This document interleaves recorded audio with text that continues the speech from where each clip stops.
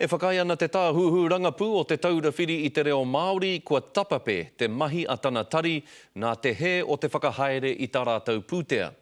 Kua whakapuare hia mai e Glynis Philip Barbara ngā puka pūtea a te taurawhiri, me te aha kua kainga te pūtea e ngā utu he me ngā utu roia.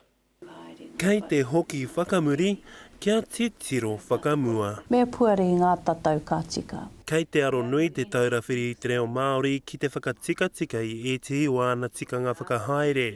E rua tau ki muri, i nui rawa te pūtea i whakawhiwhia e te taurawhiri ki tōna toihau, me tōna tāhuhu rangapū o Tauawā.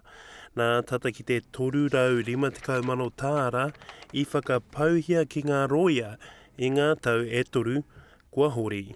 Ki te pātai mai te tahi o te ao whānui, me tuku te kōrero ka tika kia ki te ai, kua tau ngā āhuatanga katoa. Ko te whakahautanga o te rautaki reo Māori kei mua i te aroaro, ko tāna he rautaki e pāna ki te reo mō ngā tau 25. I te nganga tonu mātau, kia uti ai te rautaki hau. Ko te wiki reo Māori anō hoki, a te rātau ko ngā ingoa Māori, te tino kaupapa. Ingoa tangata, ingoa whenua, ngā ingoa Māori katoa.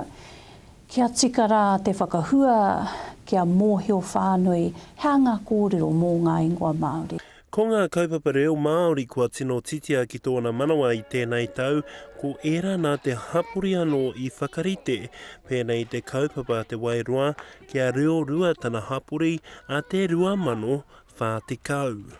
Te miharo, hariko ana ngā tamareke, ngā pakeke, ngā rōpū, ngā pākehe, ngā kokona katoa o te Wairua ki tēnā momo whaenga. Ka tahi ko te kaupapa rawe ko tēnā.